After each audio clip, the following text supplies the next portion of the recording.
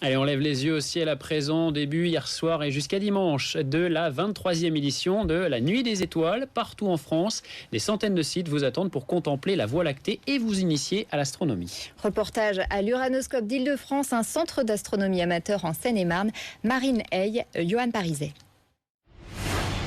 Un ciel dégagé, les conditions d'observation sont idéales une fois la nuit tombée.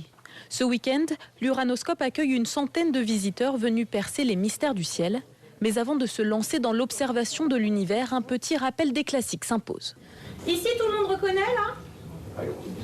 La grande ours. Bon, pour ceux qui n'ont pas vu la casserole, j'ai été sympa. Étoiles, planètes et même stations spatiales, une fois l'œil dans le télescope, le public fait le plein de découvertes. L'ISS, voilà, ça c'était intéressant. On a vu comment ça, à quelle vitesse. Voilà, on a appris qu'il y avait une femme et 5 hommes à l'intérieur et on l'a vu passer assez longtemps, d'ailleurs, quelques minutes. Passionnés d'astronomie ou simples curieux, ils profitent du matériel d'observation mis à disposition, un matériel de plus en plus performant. Ici, on peut non seulement observer les étoiles, mais aussi les photographier, une activité réservée aux membres de l'association. L'événement est justement l'occasion de recruter chez les plus jeunes. Tu les vois, ces anneaux? Bon, tu sais ce que c'est, les anneaux de Saturne? Ils veulent savoir surtout quelle est notre place, quelle est la place un petit peu de la planète au sein de notre système, au sein de l'univers. En 30 ans d'existence, l'Uranoscope de Gretz a même suscité des vocations.